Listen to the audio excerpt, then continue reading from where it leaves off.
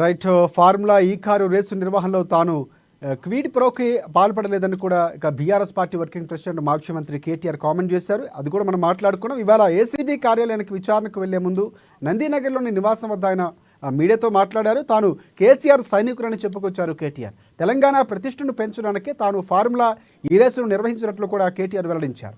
Hyderabad brand ఇమేజ్ను పెంచడానికే తాము ప్రయత్నం చేస్తున్నామని అన్నారు.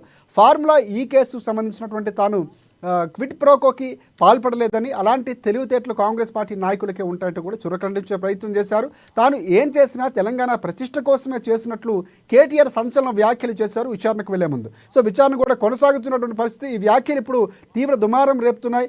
దాంతోపాటుగా ఏ ప్రశ్న అడిగినా సమాధానం చెప్తారని కూడా కేటీఆర్ కొన్ని వ్యాఖ్యలు చేశారు. అన్ని ప్రశ్నలకు సమాధానాలు ఉన్నాయి తన దగ్గరని కూడా కేటీఆర్ వ్యాఖ్యానించారు.